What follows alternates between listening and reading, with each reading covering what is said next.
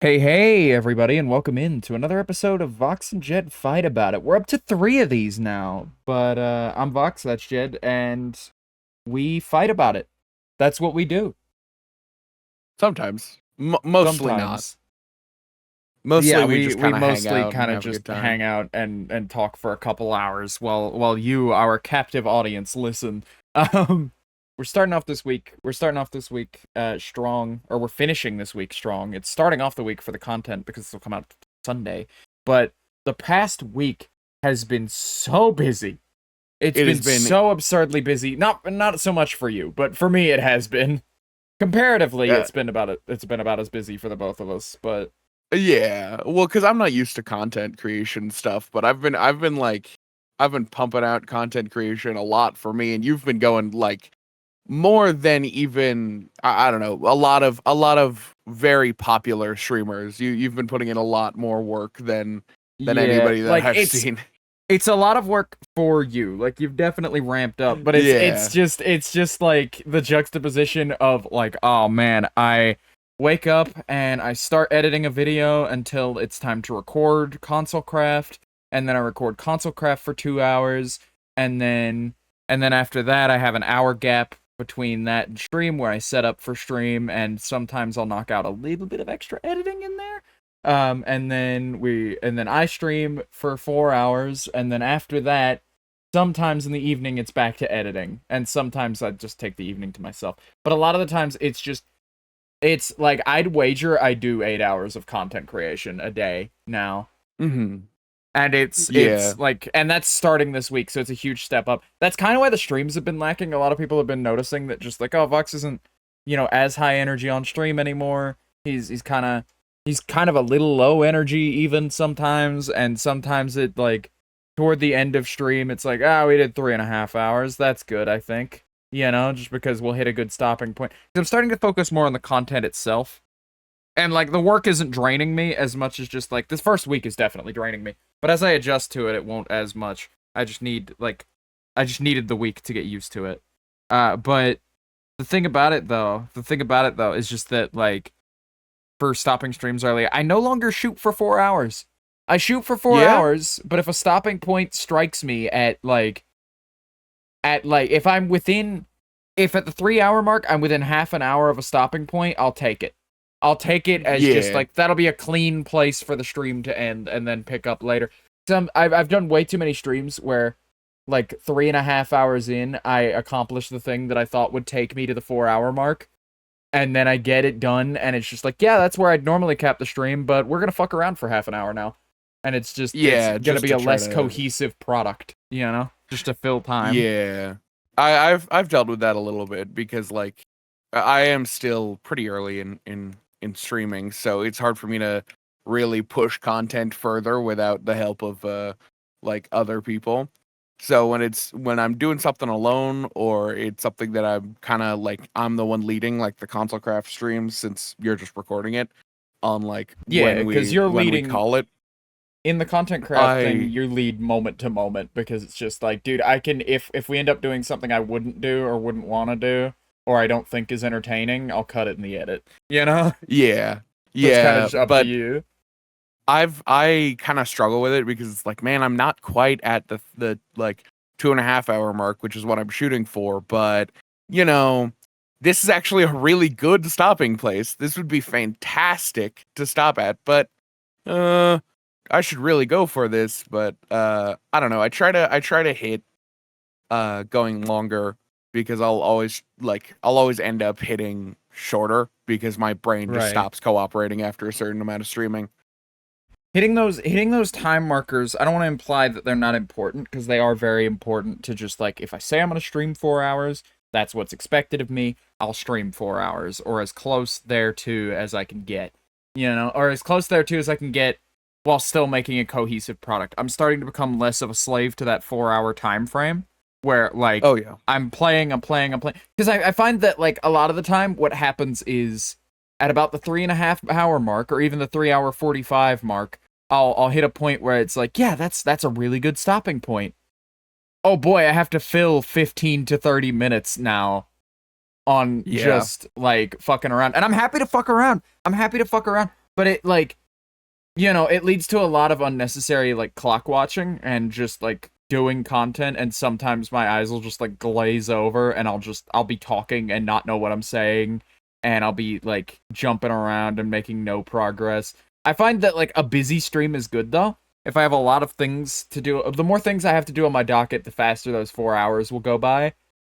Yeah. And so it's easy to just lock yourself into the task. And the more things you have to do, the more you can plot out like, okay, I want to do X, Y, and Z, and then Z will be a big thing, so I want to put that here and swap them around. I'll do them in order of X, Z, Y, and then I'll end on Y because that won't take super long, but that'll be a good ending task. That'll make a good stopping point, and I'm able to sort of plot that kind of thing out. I'm learning that like when it comes to content creation, I've heard people say this before. I've heard people say this phrase before, but I don't think I've ever really taken it into consideration of my workflow before. But like I've heard a lot of just like I'm really starting to understand a lot of what I've heard of just like fucking what is it? Comfort is the enemy of progress, where it's like every time I'm like, yeah, I've been streaming 3 days a week for 3 hours a night. That's great. That works for me. And I'm having a good time. I just don't feel like I'm getting enough out of it. And I feel like I'm kind of stagnating. I'll move to 4 hours a night. And then I'll move to 5 days a week.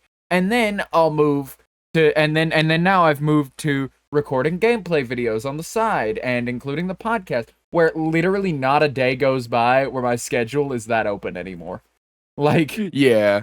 like I almost yearn for the days where I could just like do nothing for an entire day and still make progress. But like as the numbers get larger and the expectations get higher, and that want to make things grows as well in me, at least, where like every passing day I'm either thinking about how uncomfortable my current content creation situation is, in a good way. It's not like man, I'm in a really toxic working relationship, I should like avoid burnout. Like I'm accounting for burnout and everything. But the thing that I'm like thinking is like I'm either of the mindset that, man, this whole like 8 hours a day between editing and recording and streaming is a hell of a lot on my plate, to like in a couple months that's gonna be, yeah, that's just how my day is. That's just what my day to day is, Yeah, for sure. And I feel like once I get to that point, I'm very scared of getting to that point in like a month or two from now. Because once I'm sitting and I'm happy and I'm able to do that, I'm gonna start getting that stagnation feeling again. And I'm gonna want to ramp up more, and I'm gonna start like I will have no free time throughout the day to do 24-hour fucking streams, anything. motherfucker. Yeah, like I've genuinely considered going up to the 8 hour mark, and especially like recently I did yesterday, in fact, day before yesterday when this releases, I did my very first like video editing stream where I'm working on the video on stream, and I felt smart as fuck for doing that. I felt like I had like my Warren Buffett make money in your sleep moment, where it's just like, dude, I'm making content about making content, and then when that like I'm gonna have to edit for 4 hours anyway. I can do it on stream. I can do it on stream, which means there's like nothing stopping you. I'm genuinely thinking of squeezing a second stream in a day that's like shorter.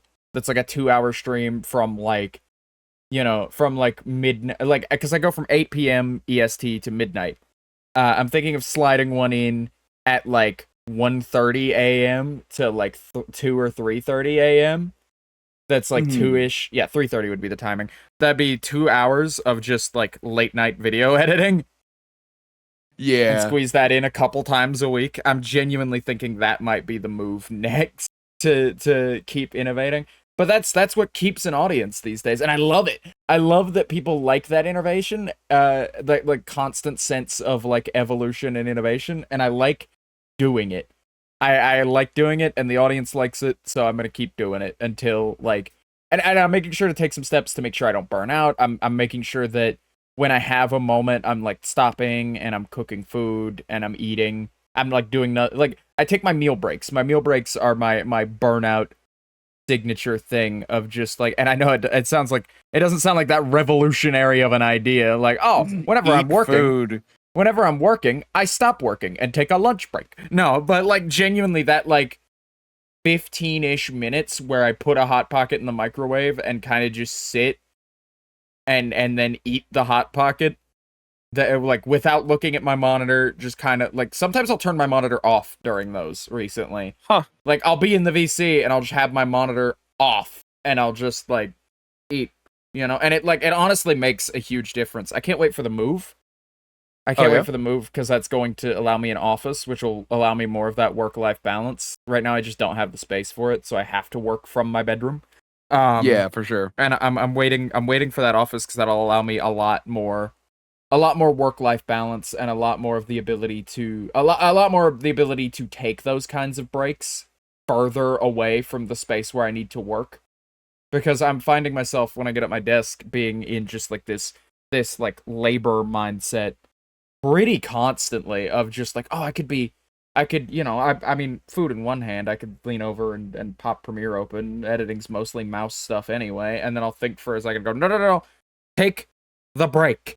It's important to like making this whole thing sustainable. I have to tell myself that those little breaks are very important. Or like I'll be editing for a couple hours and it's like, all right, Fortnite break. I'm gonna play around a Fortnite. Take the like 30 minutes a match of Fortnite will take, and then fucking like hop off and get back to editing as just like a little in between break of like a little bit of leisure in it. Because that's what that genuinely keeps me going. Because I guess my worry is like right now, I'm doing again, it's a lot for me. I'm doing 3 2-hour streams, and then like 3 4-hour streams a week. Just kind of like scattered around, doing 6 days a week, but some of the days are shorter than others. And man, sometimes it's hard for me in this past week because I've also had a lot of personal life stuff come up where it's just like, man, I would like to take a moment and just sit, but I also have a lot of stuff that I do need to get done. And so unlike you, who's been doing this for a long time, I'm kind of facing the like, how much of this do I have to do all at once? And how much do I like need to get done right now, or can I put it off? And I'm still struggling with that, and I'm still content is becoming a little bit worse for it because I'm still trying to figure that out, but it's a learning process. Yeah, it's Sorry. important. Yeah, no, it's important to keep that. It's important to keep that in mind this early in for you. Is that like, most content creators at your stage are not doing 15 hours a week. I just did the math on that. That's 15 stream hours a week. That's 3. Yeah. That's 3 4-hour streams and 3 2-hour streams. That's 15.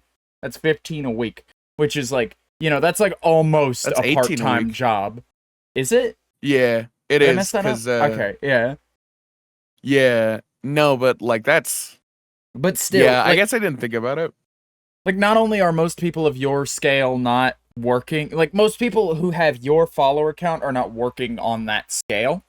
Yeah. Or doing things on that scale. I feel like an asshole sometimes where like, because like sometimes it's just like, yeah, no, I agreed kind of casually in a social interaction that I should go jogging sometime with my friend, with like a friend of a friend who I don't know very well, and it turns out that friend of a friend is an Olympic runner. Yeah. And so now I got dragged along on a jogging trip around the entire town for like we basically ran a marathon from midnight to 2 a.m. I hated that. And it's just like I feel like I'm like dragging you along sometimes just for the amount that I do. Not that I'm saying that I'm like better in any way. I just do a hell of a whole lot day to day, and I know it can be a lot, but it is genuinely like a learning experience in that way. Where like you have to sort of get down with it and realize that like you have one too many days like where you're like, yeah, I can put that off a little ways and then go do it, and then you find out like, oh shit, I don't have any podcast topics written down for today. It's literally the minute of recording and I've been sleeping for 15 hours, so I don't have anything. and Damn. like it's missing deadlines like that make you steadily work in just to like, okay, maybe I need to work on my topics throughout the week, or maybe like instead of focusing on one sitting, and then it'll be a lot less work all at once to like quickly remember everything you've thought about this week, you know. Yeah. But you know, it's little stuff like that, and you're going to like that. I call you out on this because you're going to miss deadlines. That is simply how this works. You're gonna be late for some streams. You're gonna underperform, and it's going to hit the numbers, and you're gonna see it, and you're gonna work it out. Like it's not an unusual thing for someone of your caliber to go through, and it's something that I still go through insanely often. Like, I'm not saying I'm special for figuring it out. I just, like, it's something that I still find myself, like, when we introduce new things into our workflows, it's definitely, like, you're learning it all over again, in some ways. Yeah. And, like, I don't know, man. Sometimes it's a little bit difficult, because it's, like, the view numbers for me have been pretty, like, really, really good recently on these console craft streams, because one, you're not streaming it, so I'm getting an audience that I'm reaching to a little bit better, that aren't just going to your stream instead. And I've been making a lot of like content creator friends, and so like I've been doing really, really like great. But also then I'll get that one stream where it's like, yeah, I'm playing Raft today, which is it was something that I've been streaming for way longer than console craft now, and then it's like, I have one viewer this entire time. Thank you, Stream Elements. You know? Yeah, no, it's a thing of realizing, like, you know, what works and what doesn't, and it sucks because, like, again, I do this for fun. I don't stream solely, like, the numbers aren't my controlling factor. I get low performance on those Raft streams too.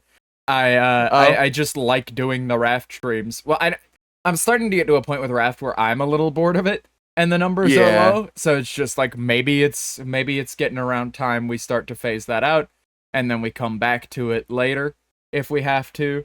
I don't know. Yeah. Because like I have no idea how deep into that game we are. But like either way, about a third. It's about a third that we could probably write it out. But the thing is about it is just like if a game is underperforming, even if I'm enjoying playing it on stream, and it's like, all right, nobody's watching this as a VOD, like on the VOD channel, because sometimes the VOD channel, like stuff like the Zomboid streams that don't perform well live, perform super well as a VOD on YouTube.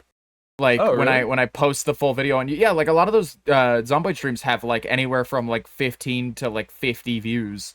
And it's just like, that's not a ton, but for a channel I literally set up as an archive, you know, just to keep a hold of my old streams, that's decent performance over there. Because I do nothing to really promote it other than go, like, at the end of my streams, it's just like, hey, if you want to see some not live stuff, you know. But, what was I saying? Oh, right, sometimes things won't perform well as a VOD, and then they won't perform well live either, and it's just like, okay, how much longer do I play this game? Am I enjoying it to that degree where I'm willing to, like, because, like, part of my enjoyment of streaming is the numbers. It is the performance. I won't, like, I do it for the audience as much as I do it for me. And so if it's just like, oh, this game isn't a good stream game, people aren't enjoying it, neither live nor as a VOD, I will just phase it out of the schedule and forget I ever did it. And I'll come back privately and play it just kind of on my own. If I'm enjoying the game enough, I'll boot the game and just play it on my own. And if I've bought the game, of course, then I'm totally going to finish it. You know, I totally care about it enough to finish it. And then it goes on my leisure pile for just like games that are just for me, you know, in private. So I'm not at that stage where I'm starting to get there a little bit, but I'm not quite at that stage where video games aren't as fun to me in private. Because it's what I do all day, you know? Yeah. But I can totally, like, I've never really understood that of just like, oh man, I don't want to play right now. I just got done playing this game for like hours on stream. I do this for work. I'm not sure I want to play video games as a leisure activity anymore. Like I totally, like, for many a year, I totally like didn't get that of just like, why not? video games are an inherently leisure activity. Like, you can find a game. Like, games are such a wide well that I don't see how when you play a video game, you can enjoy a different type of video. Like, maybe you stream sandbox games. What's stopping you from enjoying a roguelike, like, on the side at home, away from work? But like, now that I'm starting to get to the point where, like, I'm seeing blocks in my dreams, dog, with the amount of console craft footage I'm digging through and the amount of console craft I'm playing, and I want to get back to Willow SMP pretty soon, but I didn't even really take a break. I just took a day off of Willow SMP on Friday just to edit that console craft video. Yeah, but what was my point? Oh, my point was I'm starting to get that feeling. I'm starting to get that casual feeling of just like, I don't really want to play video games. The feeling that I've run into recently has actually just been like, man, I want to play more console craft because there are a lot of little things that I have to do. But the problem with playing on an SMP is that sometimes there is just good content that you completely miss. Last night we were hanging out with Woolen, and we were doing some stuff, and I was doing some farming just to, because like we ran out of food. So I was like, okay, let's get the farm going again because that got destroyed. And we bring Woolen to our place, and they're like, they have an armadillo as a pet, and we're hanging out, and then they're like, all right, goodbye, whatever. It's Scooty, I think their name was. And they were like, bye, Scooty. And I was like, wait, you're leaving this thing? Like, this is your pet, right? Okay, I'm taking it. I'm taking it back to where you're moving. And then I spent like, God, what was it, an hour rowing this armadillo partially, and then like going to get a fishing rod and then a lead and stuff, and just like the silliest activities. And we all had a really good laugh about it. But like, I wish I got that on stream. That was good content. But I didn't. You're just going to miss some stuff sometimes like that. And personally, I record, so I don't miss things like that. I missed that specifically because I genuinely thought we were logging on to farm potatoes for 10 minutes. Yeah. Like, that's genuinely what I thought we were logging in for, and maybe to show Woolen the place, and then you decided to start doing a bit. But, like, no, yeah, we didn't even introduce properly that you got into console craft, and that you're a member of console craft, you ass. By the way. Oh yeah. No, we did. We talked about that last stream or last podcast with Twig. Oh, because we were all getting on. We introduced that last week. Yeah. You're right. That's my bad. I completely forgot that we talked about it last week because we were talking about day one last week. Yeah, because that was console craft has been a lot of fun. Day one, like, I don't want to talk too much. I don't want to bore everybody with Minecraft lore. But I just wanted to say that, like, you have become quite lore important very quickly. Yeah. I'm not even sure, like, how. And it's not even just you. It kind of feels like I'm just... Okay, so, like, you specifically is a huge set of circumstances, and I love it. I love that that's how that's working out. Like, I like how that storyline is shaking out a lot, because I'm a sucker for, like, time travel shenanigans. And we don't really have to talk about it that heavily, but literally all the lore is converging on our little, like, stone hole in the ground, and I think that's very funny. Like, we've got stuff from the Watchers, we've got Herobrine stuff happening, we've got Skulk stuff happening down there now. Like, there's all sorts, dude. There is genuinely all sorts. I don't know if I was supposed to say anything about that last bit, but, keep an eye out for what kind of Skulk stuff is happening there. But no, we have so much going on in console craft. We have so much going on, the two of us, that it seems like we're really, like, it seems like we're really matching up as a duo and, like, becoming like the main characters a little bit. Yeah, or at least like a main duo, a part of the main cast, I'll say. That's more what I'm aiming at. I don't wish to imply that the two of us are the main characters of an SMP of 40. Yeah, the two fucking chuckle fucks are. Yeah, speaking of which, that SMP was meant to be 20 people. Every single day there's a new addition to the like server, and it's like, oh man, I was so nervous about getting into this, but yeah, no, I don't mind at all. I don't mind at all. I was just like, I remember the like weeks that I was nervous because it was like only 20 people. Jesus, I'm gonna like, ugh, am I even gonna like make the possibility? But no, I think it's funny because it's not just console craft anymore. I'm gonna talk about the most open secret known to man. Um, like this has major implications for Willow too. Of just like, man, I'm possessed and I'm going to Willow now. That's gonna mean a lot, like a fucking lot in Willow. And it's like this literally was handed to me. Like we that was not part of our plan at all. We were just going to Right. like do the time travel bit, and then we started doing it, and then Bush, like, well, Hero Brian, I guess, Bush, he just like forced this upon me, and like clearly that was something that he wanted to do. So I was like, all right, I'll go along with it. But like the time travel bit was your idea. The Hero Brian thing was Bush up, like it being thrust upon me, and it's like, man, there are so many things here that are just oh man. I wasn't even expecting this. I was just gonna be a silly, goofy goon, henchman. Um, Yeah. and it's been a really good time though, and I'm really excited for more to happen with it as well. I don't want to talk too much about it because technically, like, it's not really quote unquote confirmed yet, but also like Because you were you know explicitly told not to talk about it, and then at the point you were told not to talk about it, it's like, well, Enzo talked about it one time, so I'm just going to talk about it forever, and Bush will just have to be mad at me. No, that's not what happened. It's literally like it's been talked about many times by Enzo and like by Bush, where it's just like, what am I doing here? Yeah, you're just not allowed to make that official announcement yet, and Yeah. so you're doing the snide little dude.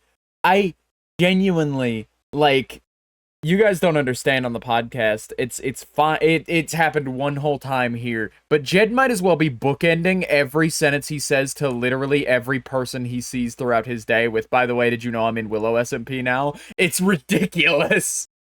I don't say it that much.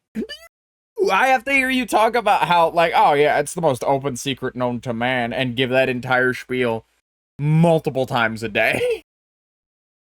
I mean, I guess. Because you Woolen already knew, and you did the whole spiel at Woolen last night. Like, it was a whole thing. But speaking of non-personal things for a little bit, we've talked about content enough, and we'll come back. I have more Of course, topics. yeah. But I want to talk more about news recently, specifically gaming news. Summer Games Fest was a couple days ago. That was yesterday. That was yesterday. Dude, time is bleeding together for me. Every waking moment is like content creation. But the thing about Summer Games Fest, I haven't heard of a single game that was announced at Summer Games Fest. There's a new Lego game, there's a new Dragon Ball game, and there's a new Sonic game. But the new Sonic game is a remake of Sonic Generations, I think. Which is it? Dude, they can't let Sonic Generations go. They made Sonic Generations and they've been like redoing. Well, no, it's Sonic X Shadow Generations is what it's called. Oh my god. Yeah. Man, wow. They just can't let that fucking game go. They can't let that game go, no. Because didn't they did like the Wii version was different than the Xbox version, and then they did like a DS version too, right? Well, not only that's pretty standard fare for the time is to make a separate game under the same name on underpowered hardware. But like the thing about Sonic Adventure, the thing about Sonic Generations is that they released Sonic Generations and they kept re-releasing it and re-releasing it. It's like their Skyrim, dude. It's insane.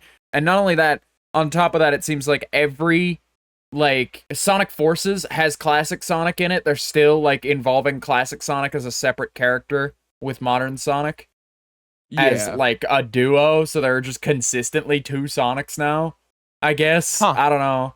It's a whole thing. Yeah, I guess. I'm looking at the website right now. They're also releasing a new bit, which is a continuation of the Shadow game, the one where he has a gun and like the devil takes like hold of him or something. That's wild, dude. That is a an wild thing to insane pull back remake, to. but that's where Shadow's whole like thing is in terms of solo games. Like Sonic Adventure, sure, but like Shadow the Hedgehog, the game is like the one people think about, when it comes I to just Shadow figured solo. Sega would just like completely bury that. Just come back around to a different Shadow thing from that, because that was a game. I don't think I've ever heard anything like Jed, really if Sega buried genuinely every good. bad game they made in the Sonic franchise, there would be 4 games in the Sonic franchise. That's true. That's very true. Most of them releasing in the fucking 90s. Yeah. Yeah. Man, maybe that's just me because I'm a big 2D platformer head, but still. I didn't watch any of the summer games, but I've heard quite a bit about it. Like I've heard that it was a genuinely pretty like exciting event. Where with all the are games you? they announced. What do you mean, where the fuck am I? What side of the internet are you on? I don't know. I've heard a lot of people who are excited about the Sonic stuff and the Sonic thing, yes, but that is one announcement. That is one announcement. Yeah, but like the Dragon Ball things, those are all games that people have been like wanting. Okay, but like that's 2 announcements. Well, 3 if you count the Lego thing that people are exciting about it. You're expecting an event hear about the Lego thing. A major gaming event to have literally nothing. I didn't expect it to have literally nothing of value, but like I don't know. I wasn't expecting anything out of this, I guess. But yeah, now that I'm thinking about it, you're right. It is a major gaming event by, Jeff Keighley. So I should expect more. I expected the bare minimum with the last what's it called? The last Game Awards with the like please wrap up and yeah, but at least the Game Awards had something. At least the Game Awards had something going on where it's like, yeah, at worst case people will be talking about the awards, like the actual award winners, Whereas like Summer Games Fest, there's not a whole lot to talk about. It's literally just the Game Awards, but in the summer, except they only do game announcements. Like it's just an announcement. I hear there were some neat looking indies in there. But like I haven't heard anything particular about any of them. But that's a lot of what Summer Games Fest was apparently. It was just it was very underwhelming and nobody's really talking about it. And so like I think the E3 showcase format is completely dead. I think it's genuinely like getting all the companies together to announce all their shit in one place when like in the era where like we're in a post Nintendo Direct world and like every other company has since, like it took them like a decade to do it after Nintendo started doing it, so good on Nintendo for being ahead of the times for once. But like every company now, PlayStation has their State of Play, and then Xbox has the Xbox showcases, I think is just what they call them. But yeah, like every company has their own little digital event like that now. And so like there's nobody to show up to Jeff Keighley's little like shit party of announcing like games, except for like indies who need that come up. And like as much as I hate to say it, and Capcom kind of pulls through for those, but Capcom doesn't do much. Capcom doesn't do much. And Monster Hunter, there were a couple different Monster Hunter games. I heard about that.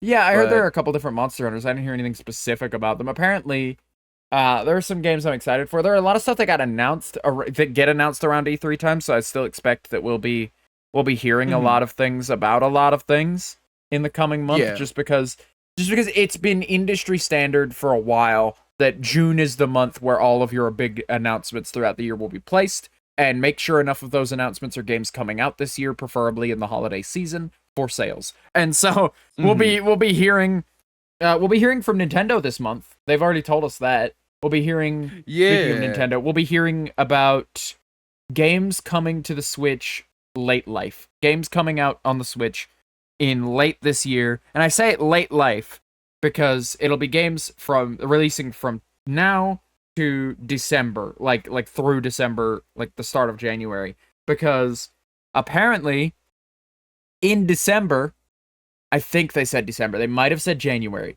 but at the end of this year, we're going to be finding out what the next Nintendo console is.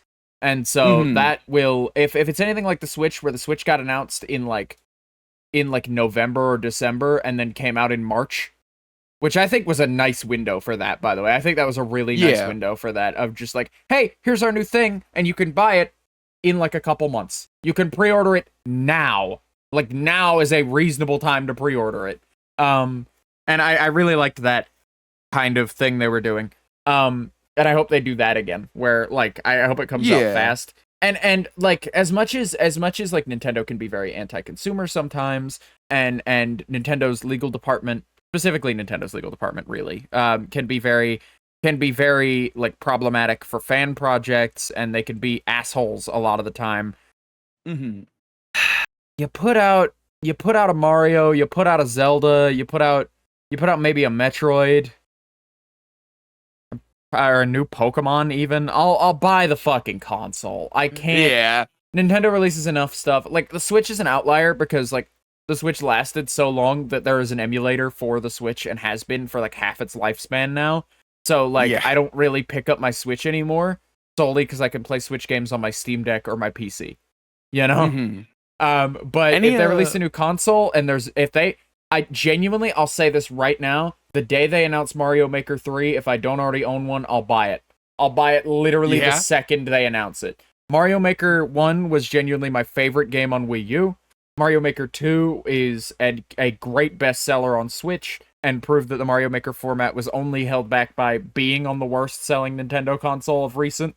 And Mario Maker 3, I got the only reason I stopped playing Mario Maker 2 when I did was because I hacked my Switch and got like an online console ban. So I haven't picked it up since.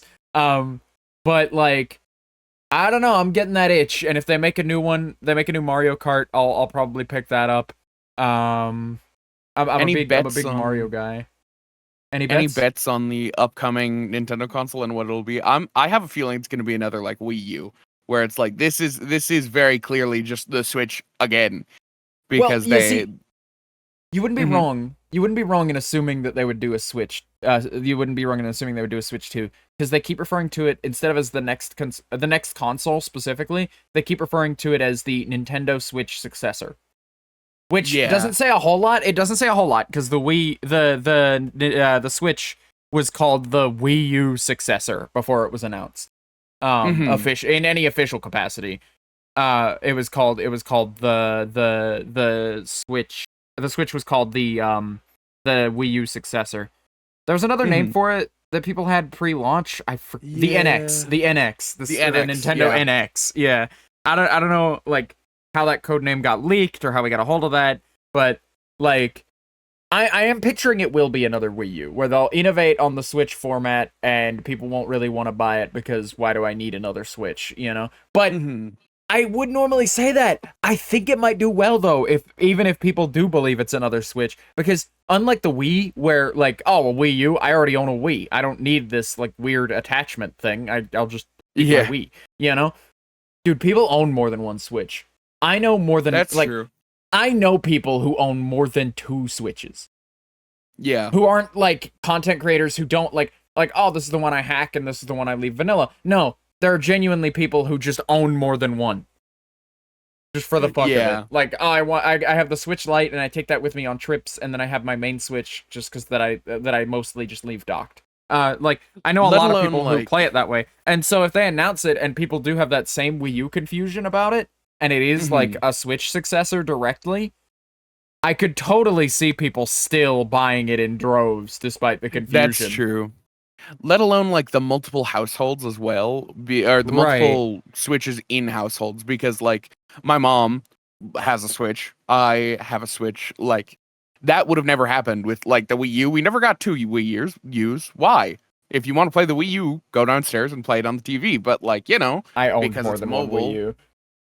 Yeah, you also like chilled with the Wii U for a lot longer than most people, though. You had a special place in your heart for the Wii U, from what I understand. No, But I had a special place in my heart from the Wii U because I got it around launch, and I kept that fucking thing. And that Wii U, you don't understand.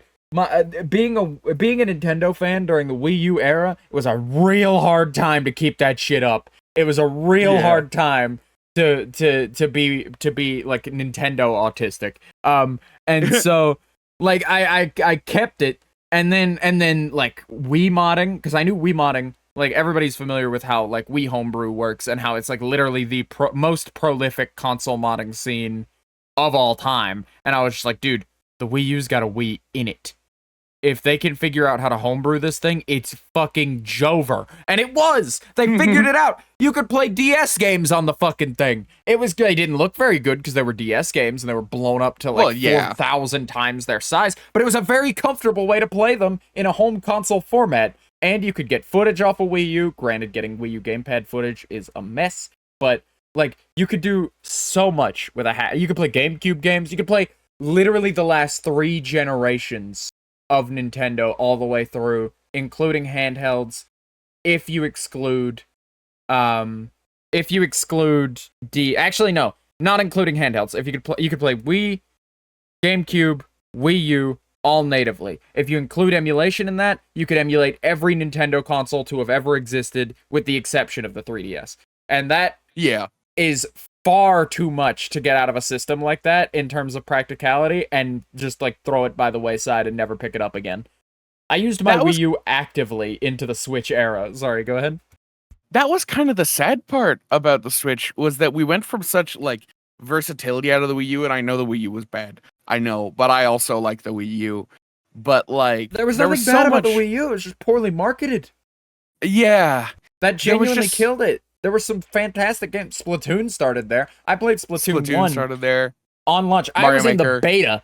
I was in the beta for Splatoon. Like the open beta thing that they did. They did events where like every Saturday or so, like a couple Saturdays throughout the summer at random, they would just go, "Hey, you guys want to check out the new Nintendo like not competitive shooter, but like Nintendo shooter? Here. Yeah. Here's a downloadable demo. Launch that demo at 3 p.m. on Saturday, and you can play it for 2 hours."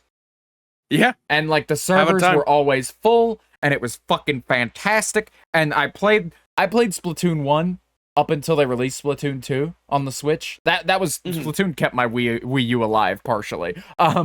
And like in active rotation, aside from all the emulation stuff. It was like one of the only native pieces of hardware beyond like Mario Maker before Mario Maker 2 got announced that like kept my Wii U living. But they made Splatoon 2, and I picked up Splatoon 2 and I tried it, and I didn't like it. It felt different. I don't know what about it. I don't know. Like they refined the controls down a little bit, and like everything was like the game feel was different. It wasn't even that it was aesthetically different. I liked the aesthetic updates they made. I don't mind that. Like I don't think the game was changed forever. It's just the controls were just different enough that I never got back into it. And so, like, it just sat beyond me for a while. Anyway. I never played Splatoon. I never played any Splatoon. It was have so much fun with Splatoon. We could, but like, I think it's really weird. How are we on 3 already, dude? Splatoon just came out, I feel.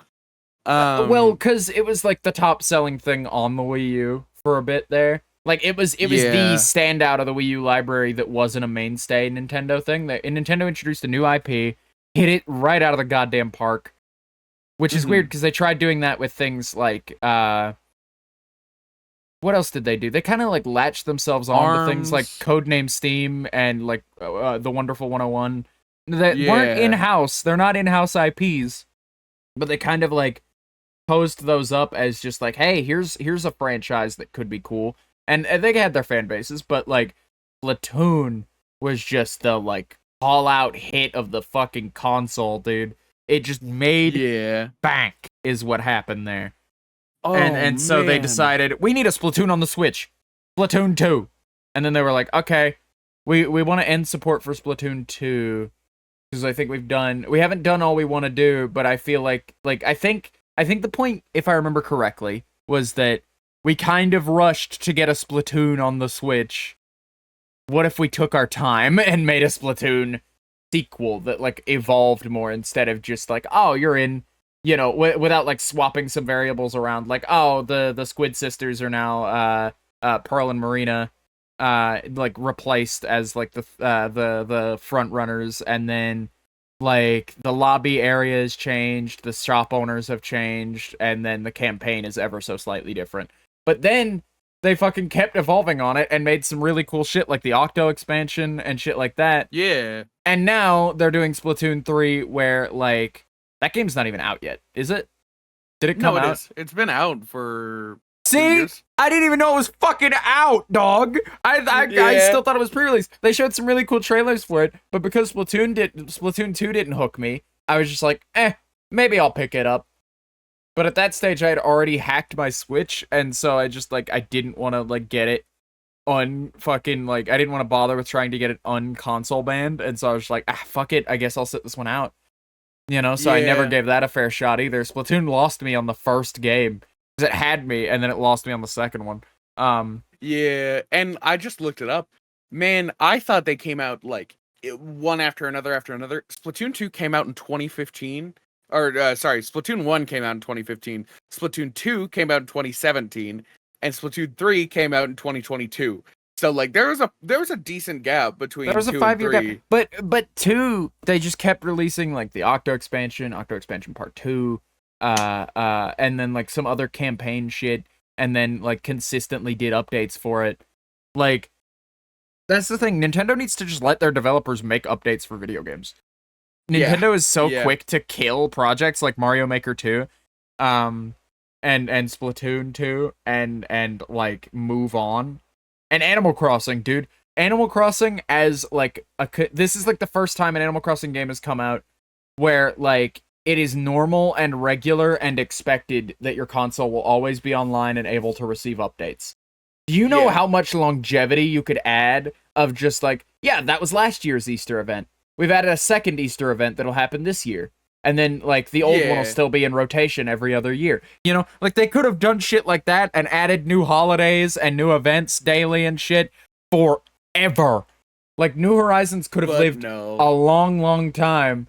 But honestly, I see it as a real fucking, like, gimmick Animal Crossing game. Genuinely. Really? Like, it doesn't feel like a mainline title to me for some reason. I just... Yeah? I don't know. New Horizons doesn't sit the same way vibe-wise as something like New Leaf does, Yeah, I couldn't get into New Leaf. I couldn't get into any of them except for New Horizons. But I guess that was just mainly because of like the period of my life that I was in. Like COVID was like, well, what the fuck else am I gonna do? You know? COVID is the reason that New Horizons did as well as it did. Yeah. And like, it's not that the people don't want farming sims. Stardew Valley has had like immense success on every platform it's released on, especially the Switch. So like, I just don't see how you like make like you're like the cozy game franchise. How do you not market on that and capitalize and like keep players entertained with new content? I guess it's just not cost effective for them. I don't know, but they're fucking Nintendo. Like everybody's heard that old adage about Nintendo of just like, they have so much money, they're like the richest company in Japan. They could genuinely stop making games for a decade and like not go bankrupt. Like they could still keep operating and not release a single fucking thing for the next 10 years and not be bankrupt. Yeah, so like why the fuck are we not doing anything, even like minor updates? Why aren't we using that like pushy padding you have to like evolve upon the games that you have and make the franchises more interesting? They're just not hungry like they used to be. Yeah. Like they were very hungry in the Wii U era. That's what the problem is. The best Nintendo content comes out during the worst Nintendo financial eras. Because they need to make that money back, and they're like, "Oh, fine, new Wario game. Here, take it, leave, please. Just give me $1." You know, where it's like, oh, what? 8 years into the console, you want a WarioWare? Get out of my fucking face. Here, take it. You know? Yeah. I know you fucks will buy 1 million of them, and we don't even have to try to make it all right. You know? Yeah. Because it's on the Switch, baby. So I'm waiting for next generation where they make, like, historically, N64 does well. Like NES, Super Mhm. Nintendo, N64, that is a linear pattern of top-selling game consoles, breaking Absolutely, yeah. records for Nintendo. And then the GameCube comes out and underperforms. And then after the GameCube comes the They make Wii, the Wii. which really shot up there and overperformed. And then they made the Wii U, and that put them back in a valley again. And now we're on the Mhm. Switch, which puts them back at a peak. So I'm like, history states, and you can argue this goes back to the Virtual Boy if you count the Virtual Boy, because that came out between the Super Nintendo and N64.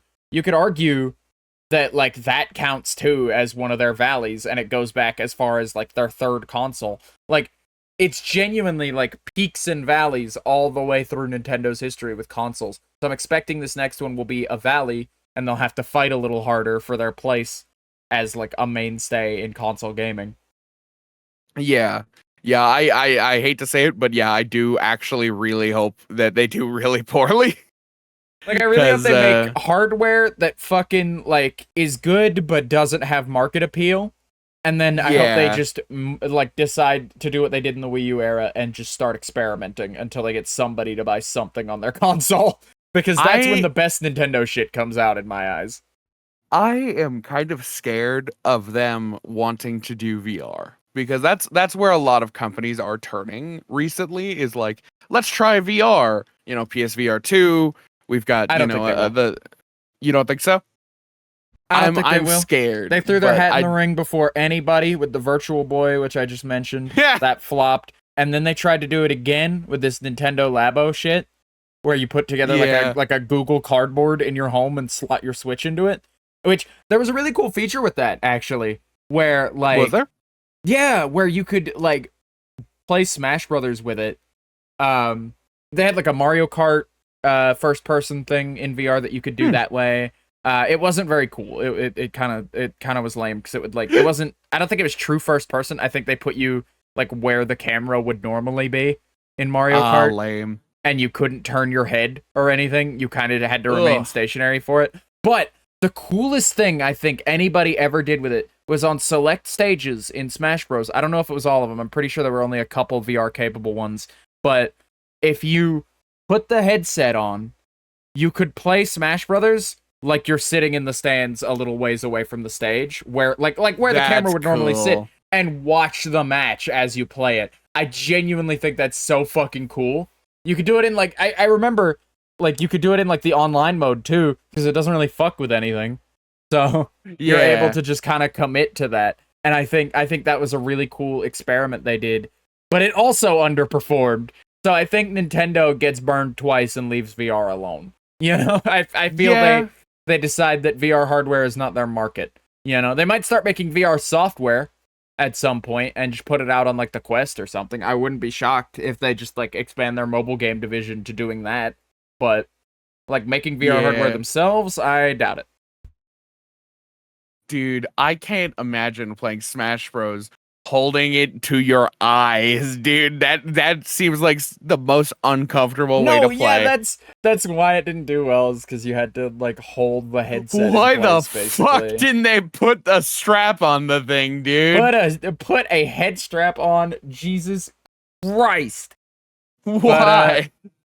No, yeah, VR is one of my great passions, and I like VR a whole hell of a lot. Um, Hmm. but I don't, and I would love some really well crafted Nintendo VR experiences. I just feel like it's out of their grasp. I feel like it's just not their wheelhouse, and I don't think they can manage it. Yeah. And they can feel free to prove me wrong if they want. And I'll be sitting pretty playing my fucking Mario VR games.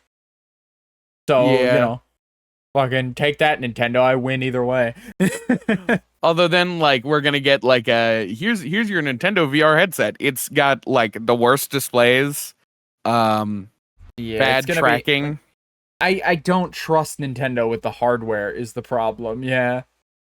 Yeah, because like that's the thing with Nintendo is that Nintendo puts out worse hardware, but for like great games, and like with VR, the hardware is still so new that worse hardware is like, Doug, are we going to go back to the Vive, dude?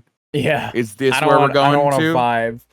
Um But no, yeah, there's a lot going on with Nintendo. Well, there's strictly not a lot going on with Nintendo right now. They're kind of just making remakes and pittering out the Nintendo Switch, which is good because the Nintendo Switch is almost a decade old. It is genuinely 8 years old. It will be a decade old in 2027, dude. It's not that far off. That's 3 years. It's 7 years old. I did my math wrong, but.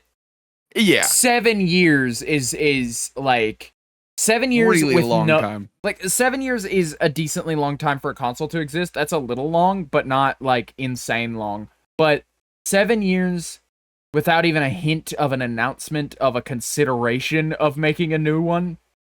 That's a long time. Yeah, now that we know a new one's coming, it doesn't feel like, capping it at the presumably around 8-year mark by the time the new console comes out.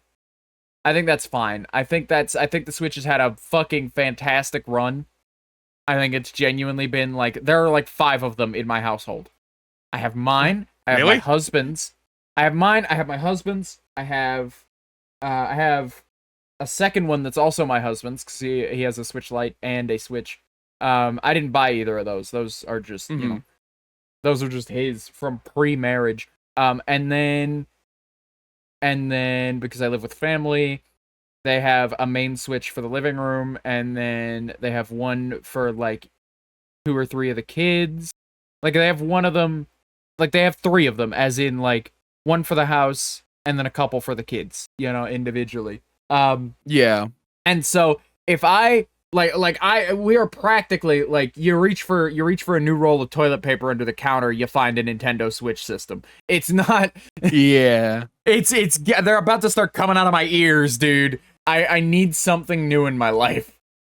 I don't know. My mom has been playing a lot of like cozy games on her Switch, and she was like, "Yeah, I'm thinking about getting like the OLED or something because like it's just not running well anymore." And I was like, "No, just get a Steam Deck." And I convinced her to get a Steam Deck. That's my advice to anybody who just like consider the first party titles that are Nintendo Switch exclusives that you would want to play. Consider them. And if you're not up to the task of like putting emulation onto your console, like if you're not up to that, it's very easy these days. Like there's an insanely quick like EmuDeck tool that'll do it for you basically. You just have to supply the ROMs. But if you're not up to the task of installing a Switch emulator, if you are, perfect, buy a Steam Deck. If you aren't, then consider the first-party Nintendo titles you'll be missing out on. Consider if those are important enough for you to stick with your current Nintendo Switch. Yeah. Because anybody who wants a Switch owns one by now. If nothing on the Switch hardware has gotten you to buy a Nintendo Switch yet, but you want a handheld console that you can do things on, Steam Deck. What you're looking for is a Steam Deck. Where I was at with the PS5, where it's like, man, I'm not gonna use this. Like it's been sitting on my desk since I, finished God of War Ragnarok. Ain't got no games. But I was like, okay. So I could get this and I could play God of War, Last of Us, all of these games natively so we don't have like The Last of Us Part 1 on computer issues. Like all of them work well. And I'll be able to play. Really, I'll be honest, I'm keeping it because of Death Stranding 2. Because Jesus Christ, I am such a Kojima sucker. But like Death Stranding 2 is important to me and I would like to play it when it comes out. And so I was like, all right, fine, I'll keep it. So like I think with Nintendo and PlayStation, if you aren't that interested in the exclusives that you're willing to pay like a console's worth of money for the exclusives, just don't bother. Just like genuinely don't bother. Yeah, no. Like it's just not worth. But you know what is worth? The Steam Deck. I think the Steam Deck is a fabulous piece of hardware. Good. I don't use mine very often. My husband gets a hell of a lot of use out of it though. Like he is using my 9 times out of 10, I can turn around and spot my husband using my Steam Deck to play Stardew Valley. Like that's what he gets most of his time on it on. But like anytime a PC, it's such a lifesaver because I bought it for me. I bought it for me is what I did. Just like when I had a little extra cash, I splurged and I got myself a Steam Deck because it was new. and I like Valve, and I like the things they release, and I want to encourage them to make more things. And I was like, yeah, I'll probably replay a bunch of Valve titles on this, because those have updates specifically for Steam Deck. And then I'll probably use it to play arcade titles and roguelikes from there forward, just when we're on, like, road trips and shit. Like, and that was enough for me to spend that money of just, like, I hope I get plenty of use out of this. And in terms of, like, hours, it's become a secondary PC where, like, I don't have to buy my husband a PC setup, nor do I have to make room for him to also have a PC setup, nor do I have to, like, give up, like, all right, you could play for a while, I'm gonna get up from my desk, you know? Like, I don't have to do that, because 99% of games are Steam Deck compatible, or at least controller compatible, and can be run on Steam Deck, you know? And so, within a margin of error, 90% of anything he wants to play is just like, what are you looking at there? You got something on your Steam wish list? Yeah, I wanted to play this game. It's like, oh yeah, that'll run on the Steam Deck. Grab it, you know? Yeah. And then if it doesn't, they offer refunds. I mean, the Valve refund policy is fantastic. The only trouble is you'll be out that money for like 48 hours till they approve it sometimes, but like... But that's never too big of a that's deal, not, though, like, you know? who the fuck needs $20 right now, you know? Need $4. Yeah. Man, Steam Deck down to the socks, but needs $4. Come on now, you know? Yeah. Yeah. Man, I like my Steam Deck. I don't really use it that I'm like you, but I don't have a partner. I don't use it that much. So yours kind of just it sits by the bed, and it's for the, like, man, I'm like, my back hurts. I'm feeling physically bad. I would like to lay down, but I also want to play a game.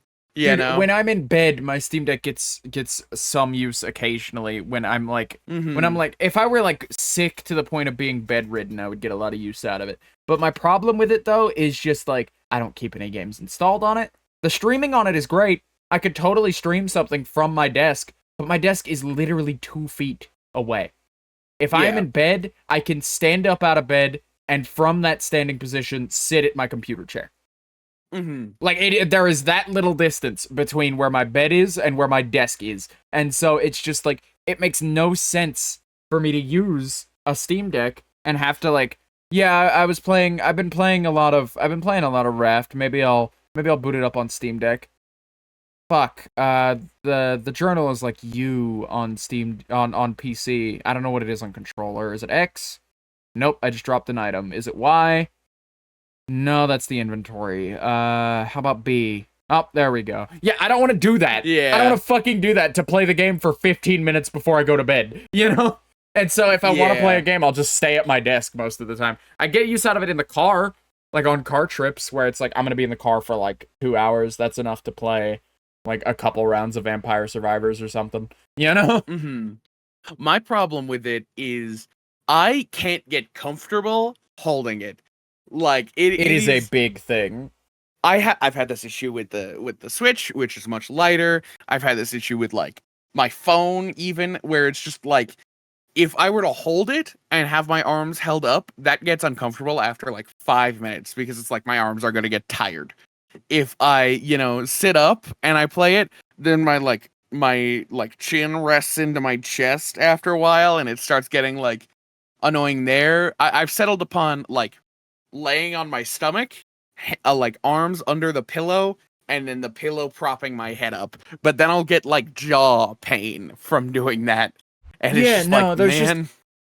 Gaming in bed on a portable is very hard. Gaming in bed when you just have the controller and you're looking up toward a TV is very easy, because you just have the controller like down on your lap. And you can have it wherever the fuck you want. Yeah. Like, because you're not having to look at the controller literally the entire time. But on handhelds, I find that to be a problem. You know what console I don't have that trouble with? My DS. I have a fucking DS that I still use in current year, and I'll break that out in bed sometimes for a quick Tetris. I'll play Tetris, or like maybe I'll play a little bit of Mario, or like the smallest amount of Dragon Quest, whatever, you know. And I'll sit there and I'll play those games, and the Nintendo clamshell portables, all of them, from the Game Boy SP to the new Nintendo 3DS XL, every single one of them is fantastic to hold, and like lovely to use in bed in almost any position. Laying on your side, no problem. Holding it above your head while you're laying perfectly flat, no problem. Propped up in bed playing it, absolutely no problem. It's such like an ergonomic design, and it's so like the weight is distributed like all in your hands, so it's insanely light anyway, so you're not gonna drop it. You know? My issue with the clamshell designs is that like those are not made for large hands, and I know there are a lot of things that aren't made for large hands. I mean, you can get the XL, and that'll help, but like I played the new 3DS XL, and that did work well for me.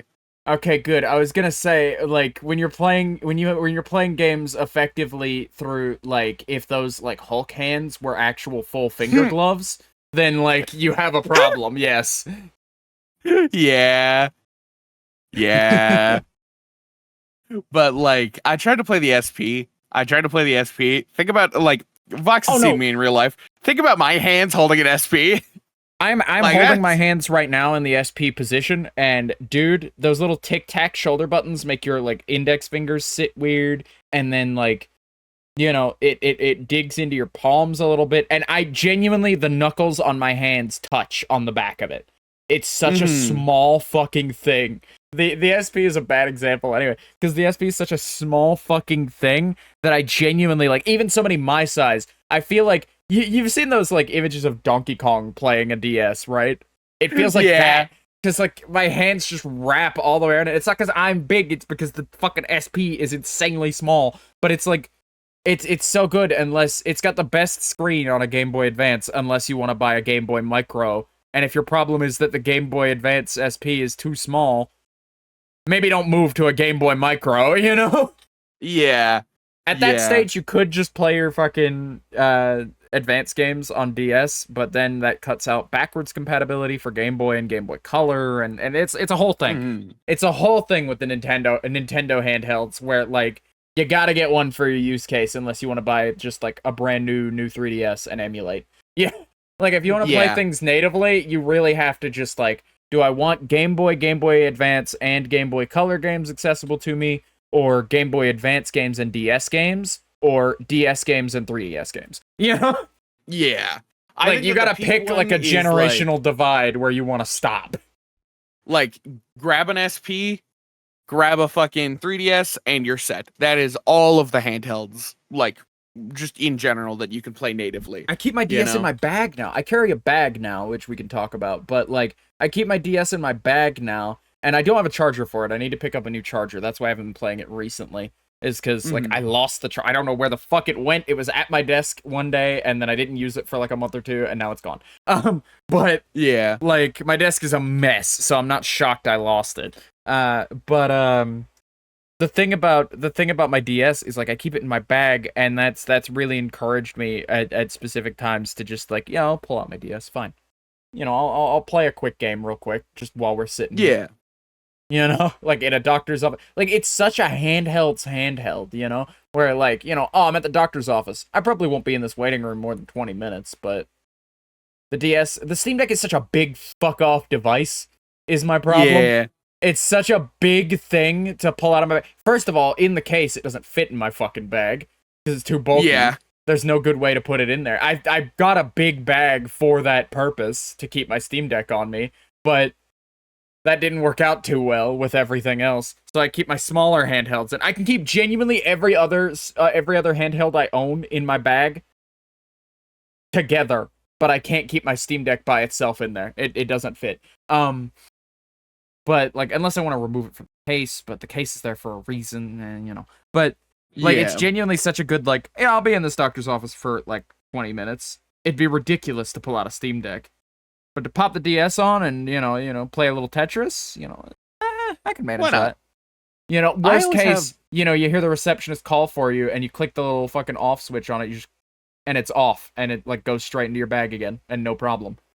Yeah, my problem is that, like, I can't play games in public. I don't know, I've tried it. It's really difficult for me, because I always have this weird sense of, like, I'm getting judged about something, and I don't even know what it is. Like, there's a mom playing Candy Crush next to me, but if I were to take out my phone and play a game on my phone, That's weird. And I just like I don't do it often. The only time I'll do it is like I'm on a plane. I don't give a shit about the person next to me judging me, you know? Right. The thing is about gaming in public, unless I'm in the car. If we're like on a car ride, I'll have the volume up a little bit. But like if I am in public and I am using a device, it is on mute at all times. It never even goes up one volume click.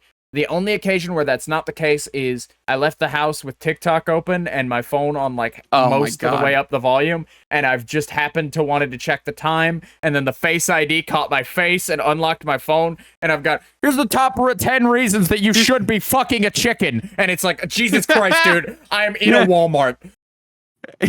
Yeah, it's always the weirdest shit too, man.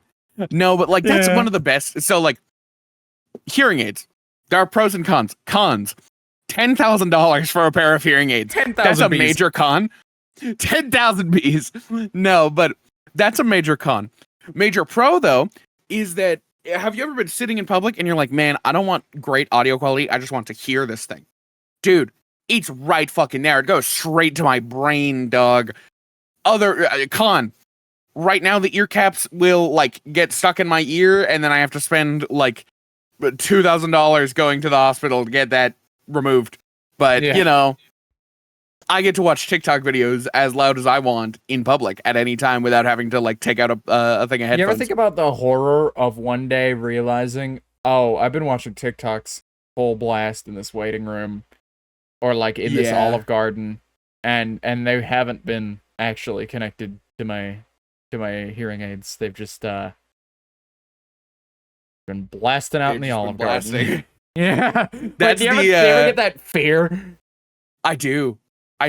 Yeah, I need to get like I'm gonna pay a little bit extra to get like the custom molded ear caps, just because it's like I'm sick of these like, man, this is uncomfortable. Man, I don't think this is sitting just right. I wanted to just literally just like right in there, you know?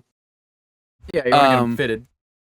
So like I haven't been wearing them pretty much all recently, which is, but like, man, it is nice, but it's also worrying because I have had that happen where it's just I'm listening to it through my hearing aids, through my phone speakers, and then I'll be normally just sitting in my room, but then I'll be like, ooh. Like, I think it's happened where it's like I'm on voice call and then I start like blaring TikToks and it's like, dude, what the fuck? Yeah. You know? But I've never had it in public, which is a good thing because I always have this check 3 times that it is my hearing aids, you know? Yeah, no, the thing about gaming in public though, on a handheld, that's my only gripe is that like, yeah, I could, but I'll have to play it on mute, like is my issue. Is just like if I'm playing like a game that has any like need for sound, then I'm not playing it, you know? Which usually most games don't require sound if I'm playing them like on the go anyway. Like I'll pop open a Tetris or a New Soup or something like that, and I like it that you don't need sound for that, you know? Of course. And so it's just like, it's not that big of a deal. It's just like, that's the one con I have for that kind of thing is just, man, fucking come on. Yeah. Oh man. I like handhelds. I like handhelds a lot. I wish that we had better options, and I think that the Steam Deck is the better option. But like, I don't know. I wish it was a little bit more normal. Because it would be really nice to just like pop a Steam Deck out and see people playing it. But you and I are the only people that I've seen in public with a Steam Deck, you know? I think I saw one while I was on vacation. I think I saw somebody on the tram holding one. But like, that like on the fucking bus ride back, that's like 10 minutes. I think I saw somebody pop their Steam Deck out, you know? But they were across the fucking bus, and I was like tired, so like I totally could have misseen it, and I didn't have my glasses on either, I don't think. But like it was definitely a larger handheld, so you know, yeah, could have been a Switch though. Yeah, could have been a Switch. Yeah. I don't know. I've seen the Switch a few times. Like I've seen a Switch a million times. It definitely wasn't a Switch, by the way. It was definitely too large to be a Switch. Oh man. Yeah. Yeah. But But no, yeah. Speaking of Valve hardware, let's talk about Valve software. ooh, Because we learned more things about Deadlock since the last time I talked about it. I talked about it not on last episode, I don't think, but I did talk about two it on the episodes first ago, yeah. episode. Yeah. And since then we've gotten more leaks, we've seen more gameplay. I don't have a whole lot to talk about here, but we've gotten more lore. We know a lot about the characters now, and we know a lot about like the world they exist in. I was hoping Summer Games Fest would be the time that Valve would announce Deadlock officially. We know it exists, and I sound like a madman every time I talk about it. It's like Valve hasn't announced a game called Deadlock, and it's like, yeah, I know, but there are people in the beta for it. I've seen footage. I've seen Yeah. the footage, and it's like I feel like one of those fucking UFO believers having to explain, like, no, I've no, seen I've it, I seen swear. it. I saw it with my own eyes, you know. But Yeah. like they're actively working on it. There is verifiable proof. I And saw the light bulb, motherfucker. Trust me, please. yeah, no, it's just like Deadlock looks cool. Deadlock looks fun and interesting. I'm hoping that does, it comes out and it's good because I showed you that gameplay footage of it when I found it, and that was like last week. I was going to talk about it last week's episode, but I didn't have time, and we were talking to Yeah. Twig, and I didn't know if Twig knew anything about that, so I kind of kept it to myself and pushed it to this week's episode. But no, yeah, we learn more and more about it every so often, like in large like lore batches. Of just like, Yeah. hey, here's how this character plays, here's this gameplay mechanic, here's more information about the characters. And that's what we get every now and again. There's an active Google Doc for it. I look at it every few days or so to see if there's anything new. There's not a ton coming out, but you know, just the little things. And you know, that's Deadlock.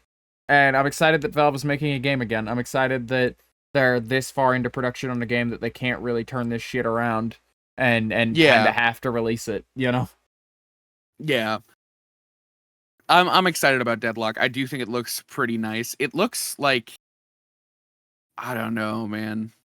It looks like it's gonna be very different, and I'm here for it. I guess.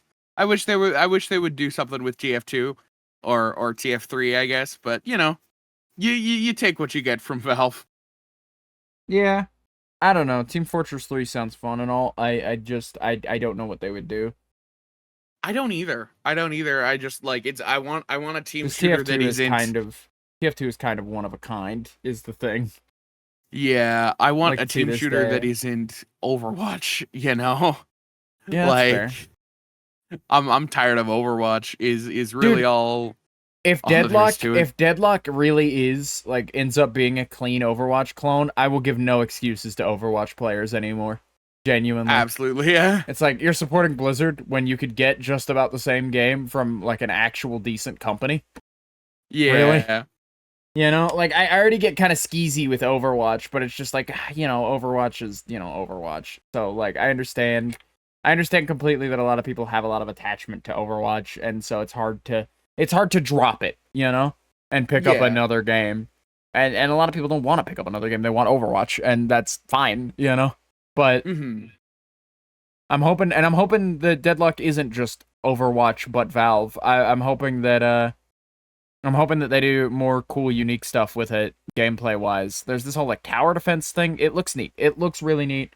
I can't get into like the specificities of it because, you know, there aren't a lot of specificities just yet. Yeah. But it's getting there, and I'm excited, and the public technically has access to it every now and again through like insanely like hard to get into closed betas that are like hard to get into for an open beta, but because it's a closed alpha, you know, it's actually means it's really easy to get into for a closed alpha. I heard tell that there's like a Discord server out there somewhere for the general public, where if you join that Discord server meant for the general public and ask around, like what they do is they do the sandbox thing where like instead of just giving out keys, they give out keys to trusted developers, and then every now and again those trusted developers will get a key. And then every now and again, like if you get a key from one of those trusted developers, you know, or one of their friends who got a key from them, like the keys just trickle down is the issue. So it's looking like you know, people might be able to get their hands on this build pretty soon. Yeah. But no, yeah. Thinking about the sandbox key system and how I got my sandbox key, because Jesus Christ. So I was in the sandbox Discord, and they would often do giveaways of like, some people would just flat out drop keys. And that was fun and all. But then there was this one guy who would do ciphers where it was like, yours was That's how easy, I got mine I think. too. Yeah. Yeah. What did you have to do? He dropped it, and then nobody got it for like 10, 15 minutes, and he's like, all right, fine, I'll give you a hint. And then he gave me a hint that was basically just like, here's where you go to decode this. And he sent me like the decoding website, and I just put it in the box, and the decoding website gave me, like, spat out something that looked like a game key, so I put it in and it worked. And then mine, and then because he like leveled up. Yeah, mine, I spent 2.5 hours decoding it. It had to go from like, I took this like string of letters and numbers that he gave me. It had to go from like base 64 to base 32 to reverse it to then like base 16, and then like it kept going, and it was wild. And I was completely like down on my luck, like I'm done. I give the fuck up. I'll wait for Vox to get a key, and then I'll get it from him. And then I came back to it because I always have an issue putting things down. I have an issue, like, when I feel like I'm close, I have an issue being done with it. I'll just throw myself at it over and over and over again until I, like, go insane. And somebody joins, and it's not somebody who's around very often in VC. And they join, and they were like, "What are you up to?" I was like, "Yeah, I'm trying to cipher this thing." And they were like, "Oh, that's base like 4." Where it's like, what the fuck do you mean base 4? There isn't a decoder that goes to base 4 on this one. No, it's like a super niche thing. Put it from base 16 to base 4. It was like, huh? And it worked. Nobody else got it. Everybody was stumped. Yeah. Like, it was very funny. It was really funny. But I actually had more fun with that than I ever did with Sandbox. But Sandbox is fun on its own, but also, like, where's the Sandbox anymore? That got removed recently. The Sandbox mode is gone from fucking Sandbox, and it's just like, what are you doing, Gary? You could have had Gmod 2 and you fucking blew it. You could have made Gmod 2 and you fucking blew it. I get that you wanted to go for something slightly different, but you, like, he, like, all but, like, Face Punch all but outright banned, like, adding, like, here's like a model port from this game, which is like the lifeblood of Gary's mod. Yeah. And now, because of like, now companies are coming after Gmod, and so like things like Nintendo is coming and going like, hey, you've got our licensed characters in mods for your video game. Do something about it. And then so basically they bullied them into just like, hey guys, please take down your Mario stuff from the Steam Workshop, or we're gonna have to. I don't wanna. And, like, I don't blame Gary for that at all. I blame Nintendo wholeheartedly for being a bunch of, like, dirtbags. But, like, it's gotten to the point where, like, now companies can do that. It's been done once, and I'm sure, like, now somebody like EA or like another company who, like, oh, our assets are in this game's modding community too. I wasn't aware we could persecute modders for that. Yeah. And then they're gonna start doing it. It's set an unhealthy precedent in the modding community that, like, yeah, if you ask them with a cease and desist, then, like, Gary Newman will take anything you want off the Gary's Mod Workshop. Yeah. And it's just like, that's, I get that you don't want to fight Nintendo's legal team. Obviously, you don't want to fight as like sort of an, not quite an indie, but like damn near indie studio. If you go up against the company who has so much money they could stop making things for 10 years and be fine, then yeah, you're gonna have a problem. You're gonna have a problem. I get that. But come on, they buckled so fast. I just hate that it happened. It's really nobody's fault but Nintendo, but I really hate that it happened, and I really hate the precedent it's gonna set.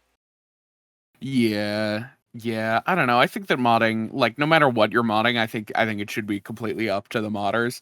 And then, like, as long as you're not, like, active defamation or anything, like, I don't see the problem with it, because I've never seen a mod that's like, yeah, I would rather play this on like this mod of Mario 64 through like fucking Doom or something than actually the play actual Mario game. 64. Like, Yeah. these mods are not replacements for the original product 99.9% of the time.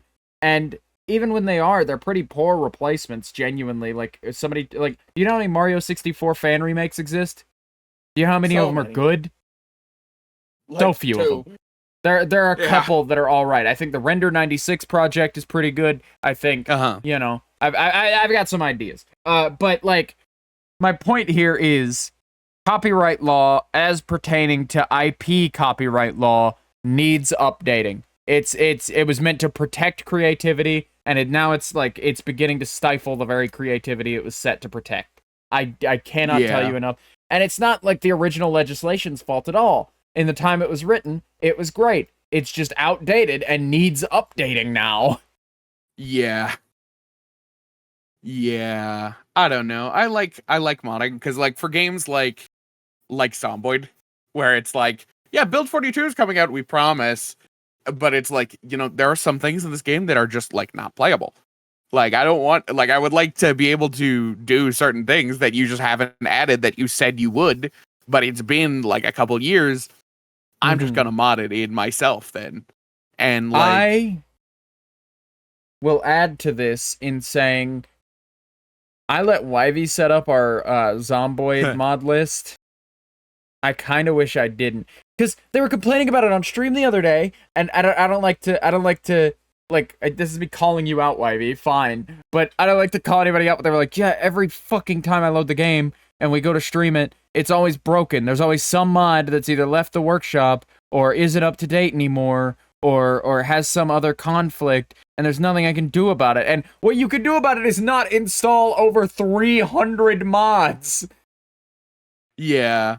Like, I get that some of the stuff is genuinely allow me to drink from anything with water in it logistically. You know, I get that kind of thing is fine. Do we need the Ford Taurus in the game? Do we really need to add the Ford Taurus to our Zomboid playthrough that bad?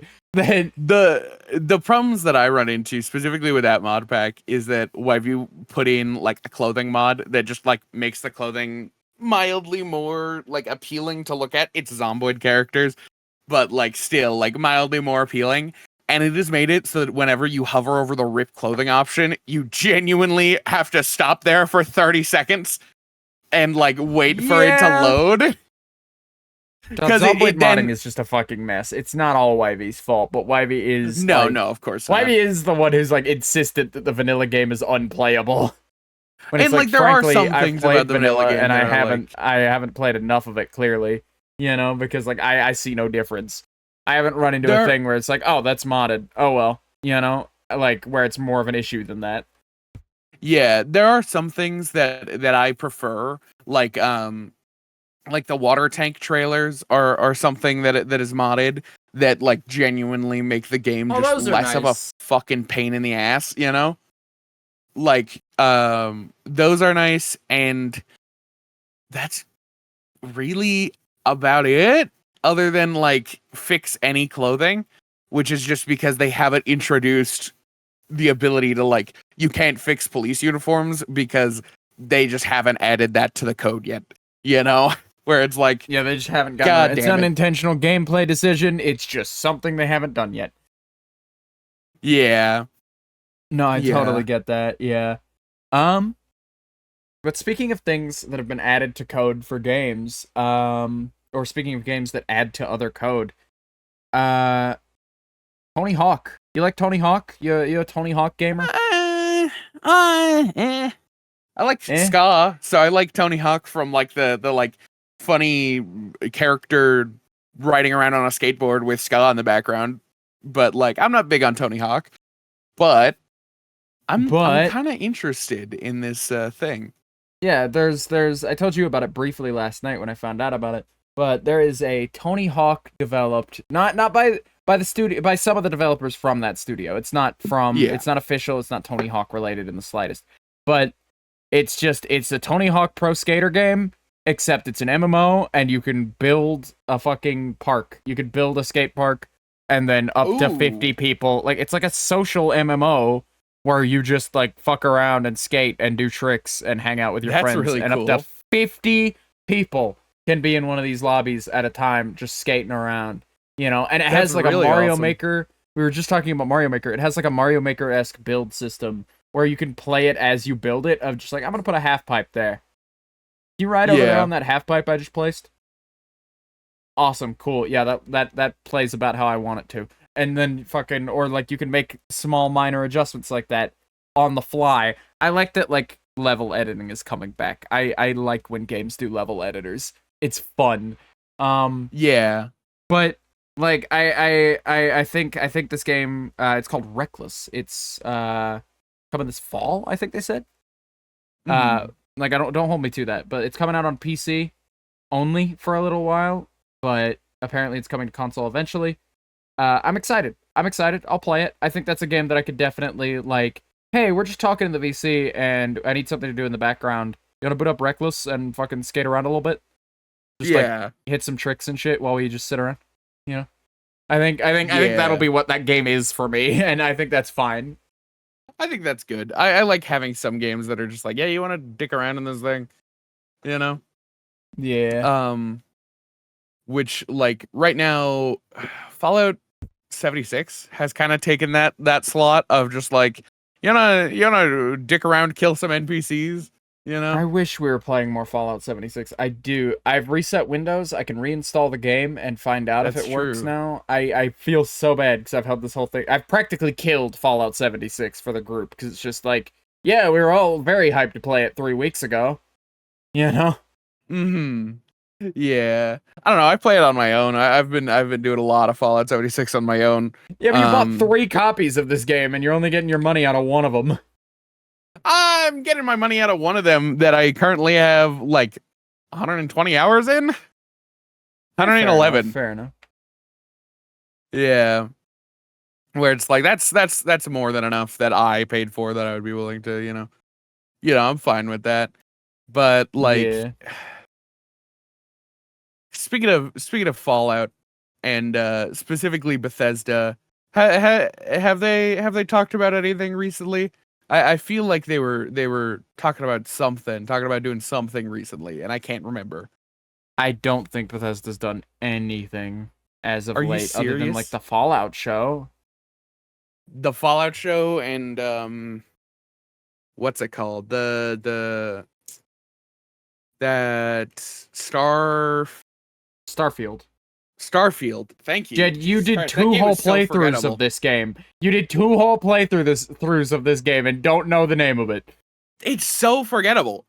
It is incredibly forgettable.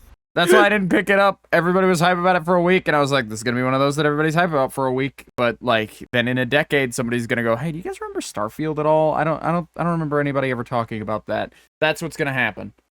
That's what's gonna happen. Yeah, I'm not spending $60 on a Bethesda game that everybody will forget existed I in a didn't. decade. Yeah, You played it on Game I Pass, yeah. yeah, I played it on Game Pass, but even then, like the 2 playthroughs I did in total to like 40 hours because like the like quote unquote replayability is just like speed run the game, and it's like yeah, I guess that's fun. I I guess don't that's like interesting. I don't like when movement games build around speedrunners, I like that, right? When it's like, oh, Hmm. you can do some cool movement tech in this game. The developers intended on it. I think that's cool. But any other time where a game is like, hey, speedrunners, you want to play our game? You want to play our game, speedrunners? I immediately just fucking, like, I'm out of it. Like, no. Yeah, Like, maybe it's because I don't speedrun video games, but it's just like, this seems like a shallow way for you to get another 40 hours out of me. Is by, like, okay, do it again faster, you know? yeah, for sure.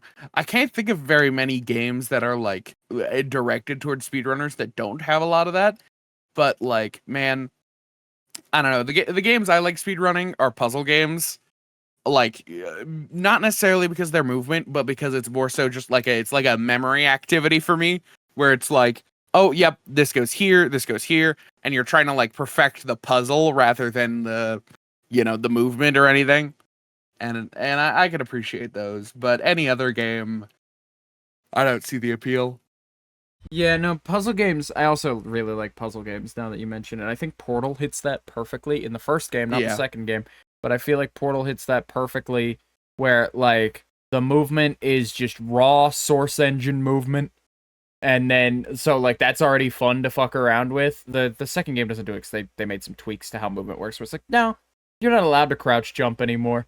Well, actually, you can't crouch jump in the first one, I don't think. But you're not allowed to b-hop. can. You're not allowed to do anything, you know? And so it's just like, oh, okay, you've limited this to walk around and place portals and jump very short distance.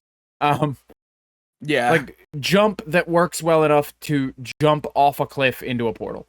That's as far as that goes, and they cheat most of the momentum in that game. It's like, I don't know, it's a little too scripted event for me, but I feel like the first one has a lot of like intrigue for me of like, it's a puzzle game, but it also has a lot of those inbuilt movement things that I like about being able to like play a game fast and fun, you know? Yeah. Like it presses a lot of buttons for me that I appreciate. Yeah. But yeah.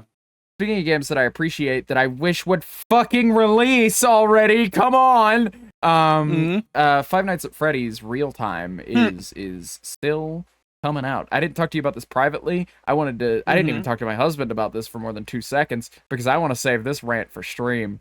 Or not for stream, for the podcast. Sorry, I got fucking streamer brain. But I wanted to save it for the podcast because you won't fucking believe. So, okay, the game was going to come out at the end of May, right? Yeah. And so the end of May approaches, and they go, hey, sorry, we can't quite finish the game in that amount of time. This was days before release. They decided not to say anything. Like, okay, but I do want to preface before I tell the rest of the story, they're an indie company, not even a company. Company as in, like, group of people. They are 4 whole people, from what I've surmised, with a few extra volunteers on the side who make this. And it's a very impressive product for that amount of people. However, if you need more time for your game, just say so. Don't set release dates you can't meet. And don't wait until the release date is upon you to go, hey, we gotta push our game back. You know? That's just not a healthy workflow. Like, I like, you're an indie company. You're like an indie group, so I cut you some slack. But the thing about it was, FNAF Real Time supposed to come out, and then end of May release date comes up. I think it was May like 27th, May 25th ish, like 2-3 days before that, they announce, hey, we gotta move the game back. Hey, we have some like really hard stuff that we're not done with the game. We need to finish it. I'm sorry, we thought we would be done by now. And I was just like, that's fine. Okay, I've been waiting on this game for a few months now. I can wait another month. When are you releasing it? June. All right, we've moved backwards from a hard date to a time frame. I guess that's fine. Okay. That's okay, I guess. It's only a month. We'll know by the end of the month. You know? And then I was just like, okay, that's fine. I can wait through June. I'll assume it's on June 30th. I'll assume it comes out June 30th. You know? Yeah. That way I'm not like waking up every day in June like today could be the day, you know? Is today the day, Hector? And then they release a trailer for the game, like a musical trailer for it that's kind of silly goofy, one morning. This was like on the 6th, I believe, of this month of June. And they release a musical trailer. They start the day with, hey guys, get ready for a big announcement from us. And I'm like, oh shit, we're finally getting a release date.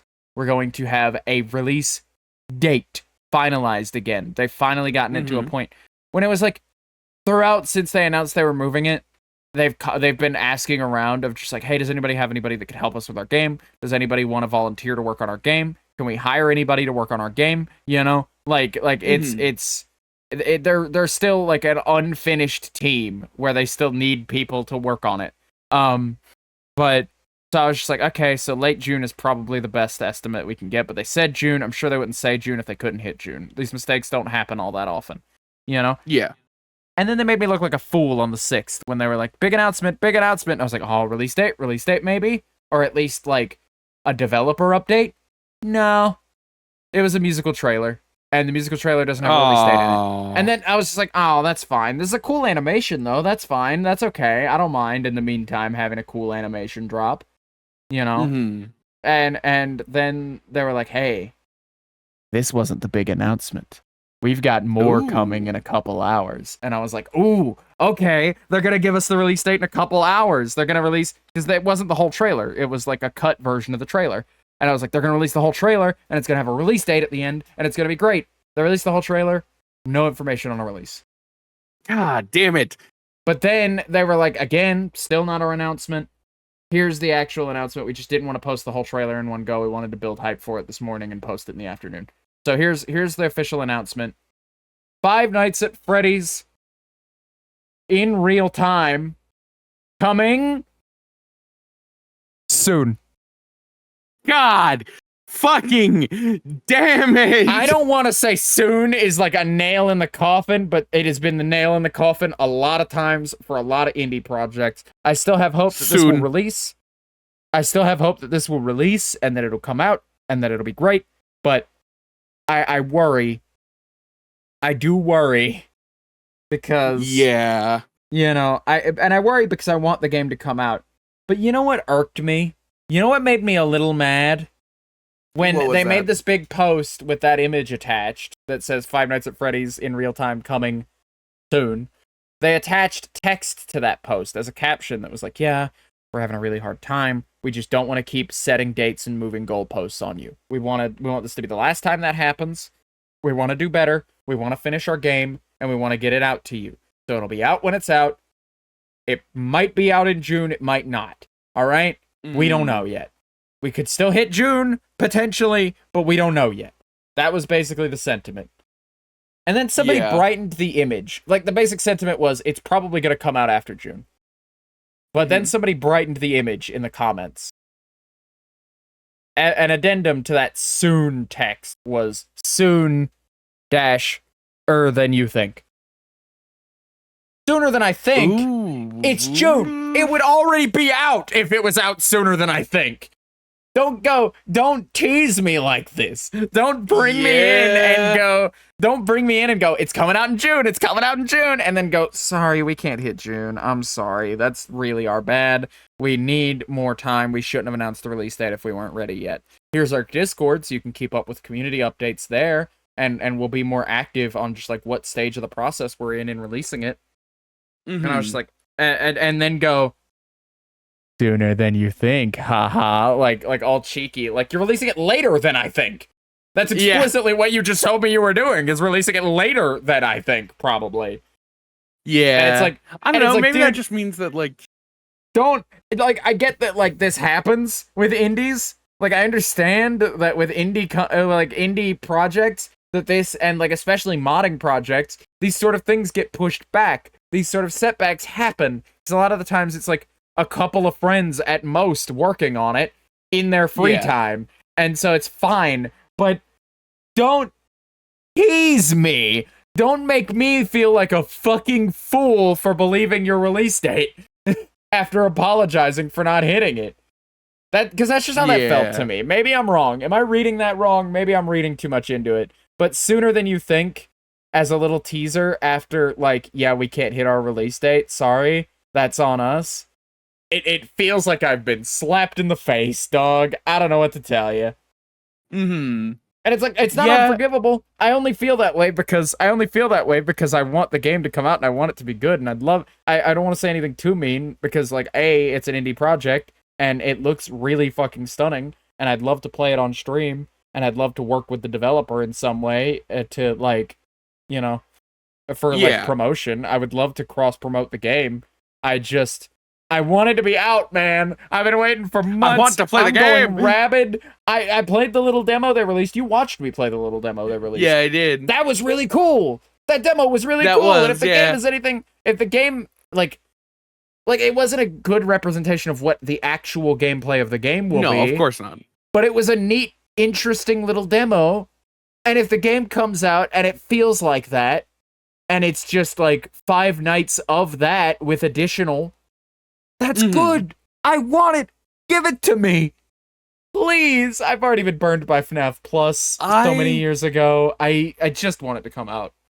I would like to say that Sooner Than You Think is within the next week, where it's like, oh yeah, we said June, that means you're probably expecting June 30th. So, Sooner Than You Think is this is within the next week. So, next time on the podcast, if I'm going to say it'll come out this week. And if it doesn't, I'm going to look like a fool. And that's this upcoming fine. week, as in out by out by the time episode 4 is out of the podcast. Yeah. Episode 4 is being recorded of the podcast, rather. So Saturday. Well, that'll be it's a day's difference. It's 24 hours difference. I don't know. I could still be wrong by a day's difference, but yeah. I'll count from wherever you want me to count from. But I don't know. The text in the post doesn't indicate that, and I don't want to get my hopes up for something that's not going to come out yet. It doesn't necessarily, but I think that Sooner Than You Think, and not by the early half of June, is genuinely just wrong. I think it's genuinely just incorrect, because everything. They're indicating in the text that, yeah, we're probably not finishing this thing in June. We don't want to give you a solid release date. So just soon. But, on the other hand, sooner than you think, if altogether what they're indicating is that it'll come out in, the first half of June, but they don't want to, because now that I'm thinking more on it, I'm realizing they didn't give us a specific date a second time, and people are expecting a specific date in that announcement, and they're like, yeah, we just don't want to give you a specific date. Still June, still coming out. And if that's the case, if it's still coming out in June via that text post, they should have made that more clear. Because, I could pull the post and read it to you. I could pull the post and read it to you. No, yeah, I have it up. I have it up on my screen. You're seeing the same post. Do you want to read it out? So I don't have to pull it up? Yeah, so it goes, real time, Five Nights at Freddy's Pizza soon, and then it brightens it and it says Sooner Than You Think. And they say the current status of FNAF real time and our new release date of soon thread. Due to unforeseen oversights and factors that are out of our control, we cannot meet our own expectations for any current release date. This means that FNAF in real time is now releasing soon instead of a set date. We will need all the strength and support to continue pushing forward with all these unexpected and unfair bugs thrown in our way. What is an unfair bug? But to keep all you in the loop, please join our Discord, yada yada yada. This is the best way to stay accountable and be forward thinking instead of moving the goalpost every time it jumps away from us. Thank you all, and please join us to see what's next in store. But I don't know, man. That does sound like it's not in June. So why sooner than you think? That sounds very not in June to me. Why would you do I get it. FNAF, brighten the image, inspect image, brighten image. That's a big part of FNAF, just in general. History-wise, you don't need historically, to do that makes a lot of sense. They probably just wanted to do a cheeky little thing, and that's all, and I'm thinking too much about it. That's genuinely probably it, in terms of, what the image is. I just want the game, man. And, I just want to make it clear, because I don't want... We were just talking last night about something like this, where, sometimes the things you say about people on the internet get back to them, and they aren't exactly nice things sometimes. And I want it explicitly out there that these criticisms do come from a place of love of the project. I genuinely think it could be one of the best FNAF mods to ever come out. Absolutely. I genuinely think it could make the top 10 Five Nights at Freddy's 1 modifications anyone has ever made. It might even be my favorite of all time. I'd have to play it to know that for sure. I don't play a lot of FNAF mods, so my opinion isn't really... the bar for me isn't set super duper high, but I genuinely think they have something here, and I want to see it to fruition, and I want the game to come out, and I just want it clear that, if anybody from real time hears this, just, it's all from a place of love, I swear. It's all from a place of love. I totally, I'm not trying to rag on anybody. I know indie development can be very difficult, It's just from a standby, like a passerby's perspective, and somebody who's like keeping up with the posts. It's just a little unclear, and it like Yeah. it escapes me is all. Like I don't. But like, you know. all in all, like if they do somehow hear this, if you need two dipshits to playtest, anything we can do to help you with like, Oh, absolutely. it's a very cool project. Like, it is by far the most interesting project that Well, I've seen. They announced, right, and I'll announce this here on the podcast, that if and when they release it, I do want to do a FNAF week for Mhm. real. Like I want to do streams from midnight to 6 a.m. that are just 6-hour long streams doing the real-time nights. I get that that's not the point of the project, right? I get that that's not the entire point of the project. That's definitely the part that has the most allure to me, because mods have done, I didn't know this, but mods have done making the night 6 hours with zero adjustment otherwise, other than like stretching the power to last that long, you know? With no other adjustment, and it's just a wreck. I feel like they said they had something unique in mind for that. And if they have a mode in the game where I can play the game as every night is 6 full hour shifts, then I'll do it. I will stream every fucking night of it. Monday to Friday. If you do nights 6 and 7, I'll do a Saturday and Sunday too. It's genuinely a project that I think is really neat and interesting, and that I want to do something with. When you say midnight to 6 a.m., are you saying in like your real life, or like starting at 8 p.m. In real like normal time for you? In real Jesus time, Christ. I'll do it. So you're telling me you're going to be doing? I will do. You're going to be doing. I won't do my normal 8 p.m. streams too. I don't think. Okay. I think I would just move stream time back for that week. But okay, I was gonna say that's a fucking wild, dude. I know we were talking about burnout, but Jesus Christ, that is 10 hours a day every day, and most of those are night hours when I wouldn't normally be up and streaming. So I need my energy for those. But I'll pop some energy drinks, and I'll can my regular streams and move times around just to play about with it. I genuinely will do that for a week. I genuinely think it could be really fun. I'll get MK to draw the red in a little night guard uniform. It'll be great. I'll put Jed on like a phone filter, so it sounds like I'm just like calling him on the fucking phone on the desk. I'll have Jed pop in for those. I'll get like MK to do something. Actually, no, I'll just hue shift me purple. That's what I'll do. Yeah. No, but FNAF Real Time is genuinely really exciting, and the real time nights, if done right, is gonna be really cool. But even if not, even if it is, aside from the real time night stuff, the innovations that they made and the fact that they're telling their own story with it seems really fun and interesting. I genuinely think that's neat that they're actually bothering to play around, and they have this like brother character that they're doing. That I think is neat. And like the redesigns of the animatronics, the added motion, the like added ambience, I think the whole thing really comes together nicely as far as like the trailers go. I just want to see it done. I would just like to I would like to have a playable build in my hands, please, Real Time Studio. Yeah. Please, like whether that means full release or if I have to come to you and like please. Yeah, you know. Yeah. But you know what can come to you? The end of the podcast. Thank you all for coming in. Yeah, I think so. Thank you all for coming in. Did you have more to say?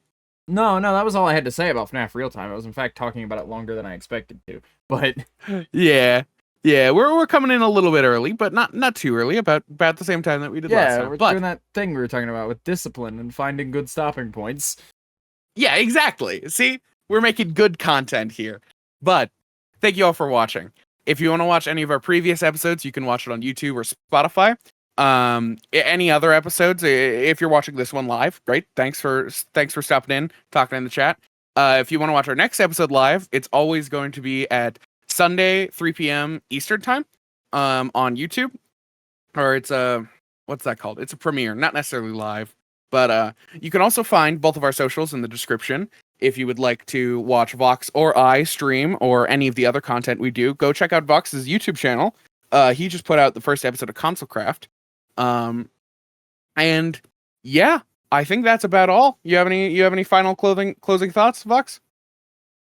I think final clothing thoughts. I think corsets Clothing are thoughts? inherently sexist, but I agree. we don't have to talk about that. Closing thoughts, however, Yeah. I have one very loud one. Okay. Bye.